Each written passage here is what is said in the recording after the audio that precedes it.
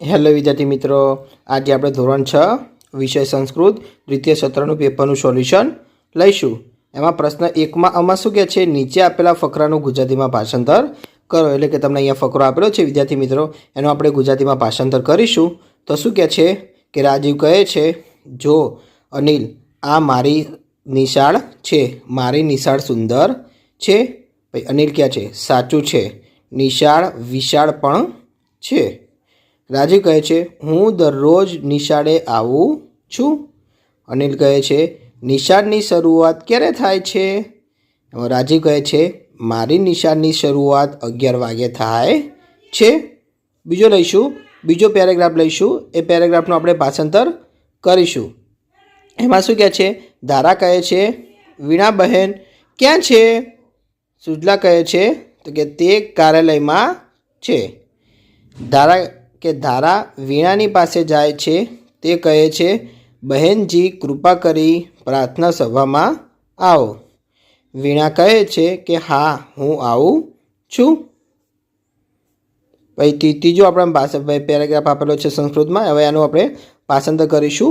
તેમાં શું કહે છે કે ધારાની બહેનપણી મમતા આસોપાલવ વૃક્ષના પાંદડા લાવે છે, તે તોરણ ગૂંથે છે। વૈશાલી પ્રાર્થના ભવનમાં સુશોભન કરે છે। બ લઈશું, એમાં શું કહે છે નીચે આપેલા શ્લોકોનું ગુજરાતીમાં ભાષાંતર કરો।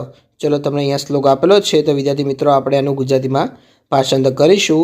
તેનું ભાષાંતર થશે કે તમે ડાબો પગ આગળ કરો, ડાબો પગ પાછળ કરો, તેને ધીમે ધીમે ફેરવો અને તમે પોતે ગોળ ગોળ ફરો। બીજો શ્લોક છે એનું ભાષાંતર કરીશું, તો કહે છે ભારત દેશ ભક્તિ સિદ્ધ કરનારો અને મુક્તિને સાધનારો બનો। ભારત ભક્તિ અને મુક્તિ બંને સિદ્ધ કરનારો થાવ। ચલો પ્રશ્ન બીજાનો અ લઈશું। એમાં શું કહે છે પાઠને આધારે યોગ્ય શબ્દો વડે ખાલી જગ્યા પૂરો। ચલો એમાં પહેલો છે, એમાં કહે છે સર્વે મિલિત્વા ખાલી જગ્યા, તેમાં જવાબ આવશે ગાયામહ। બીજો ત્વમ દક્ષિણપાદમ ગોલાકારમ ખાલી જગ્યા, તેનો જવાબ આવશે બ્રહ્મ। ત્રીજો નાસ્તિ ખાલી જગ્યા સમહ બંધુ, તેનો જવાબ આવશે ઉધમ। ચોથો લઈશું, એમાં કહે છે વિદ્યા ખાલી જગ્યા શોભતે, તેનો જવાબ આવશે વિનયેન। 5 ખાલી જગ્યા કિમ પ્રયોજનમ, તેનો જવાબ આવશે ભૂષણેઃ। 6 કો ભેદ ખાલી જગ્યા, તેનો જવાબ આવશે કાકપિકયો હો।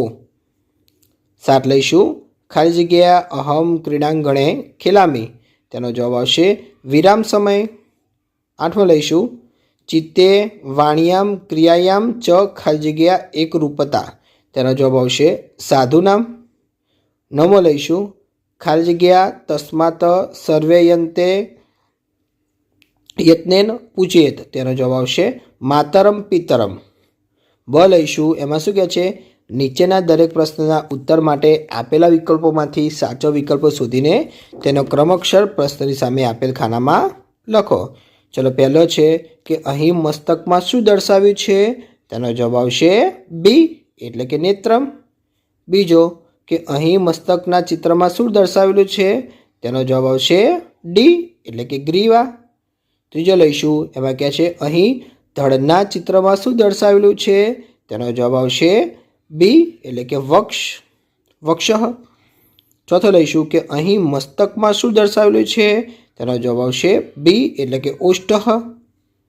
5મો કે અહીં બે ઓઠોની વચ્ચે શું દર્શાવેલું છે, તેનો જવાબ આવશે બી એટલે કે જીહા। છઠ્ઠો પ્રશ્ન લઈશું, એમાં શું કહે છે અહીં મસ્તકમાં શું દર્શાવેલું છે, તેનો જવાબ આવશે એ એટલે કે કર્ણ।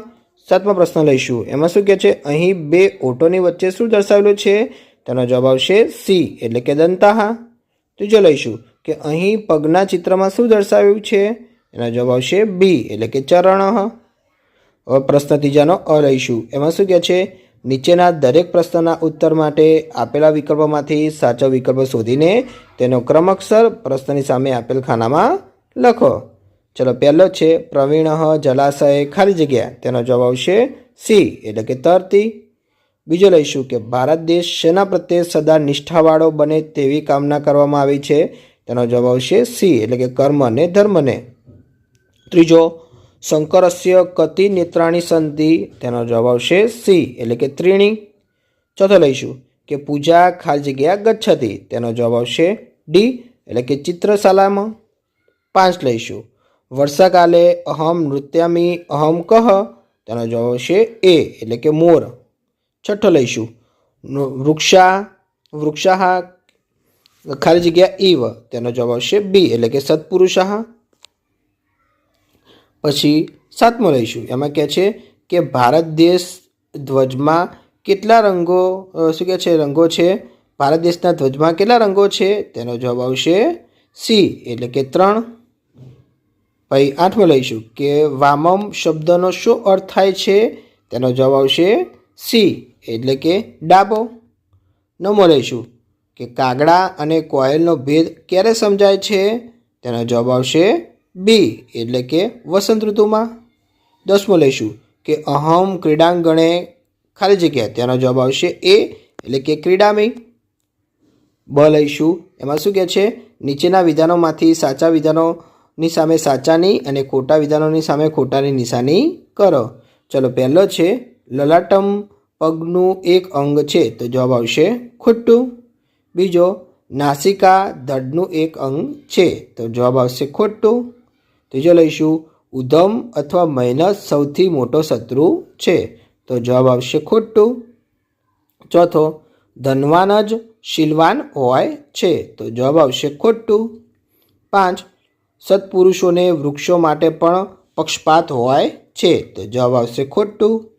છઠ્ઠો, વૃક્ષો મુસાફરોને છાંયડો આપે છે? તો જવાબ આવશે સાચું.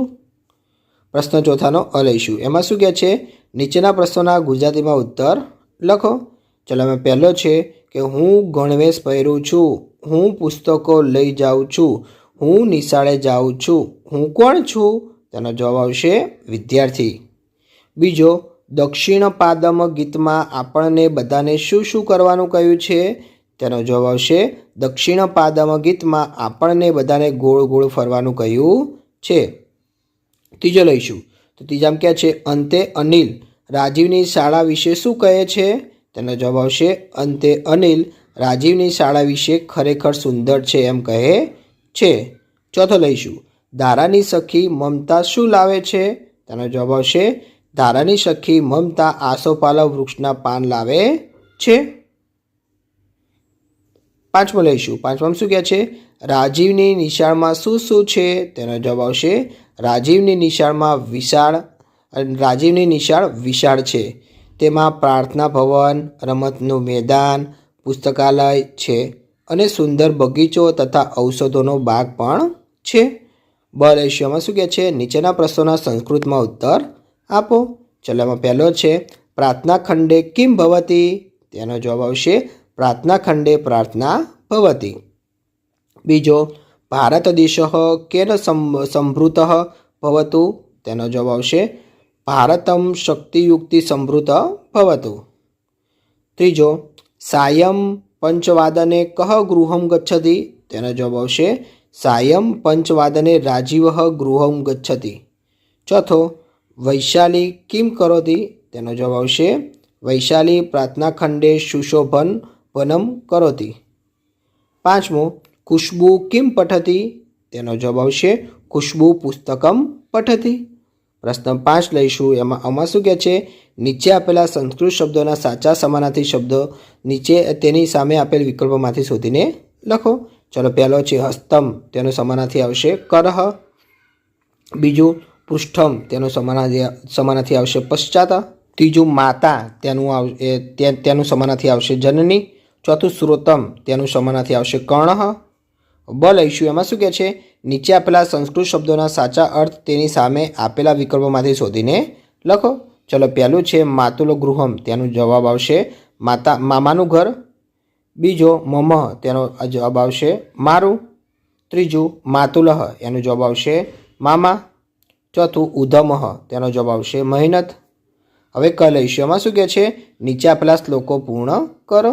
ચલો, એમાં પહેલું છે તો હું શ્લોકોનું પૂર્ણ કરું છું વિદ્યાર્થી મિત્રો. તમારે આ રીતે લખવાનું રહેશે. તો પહેલું છે સર્વતીર્થમયી માતા સર્વદેવમય પિતા માતરમ પિતરમ તસ્માત સર્વચંદનેન પૂજયેત. બીજું કાકઃ કૃષ્ણ પીકઃ કૃષ્ણ કો ભેદ કે પીક કાકયો કે વસંત સમયે પ્રાપ્તે કાકઃ પીકઃ. ત્રીજો સુખાર્થી ત્યજેત વિદ્યામ વિદ્યાર્થી ચેત ત્યજેત સુખમ સુખાર્થીન કુતો વિદ્યા કુતો વિદ્યાર્થિનઃ સુખમ. વિદ્યાર્થી મિત્રો તમને મારો વિડીયો ગમે હોય તો ચેનલને લાઇક શેર અને સબસ્ક્રાઈબ કરવાનું ભૂલતા નહીં.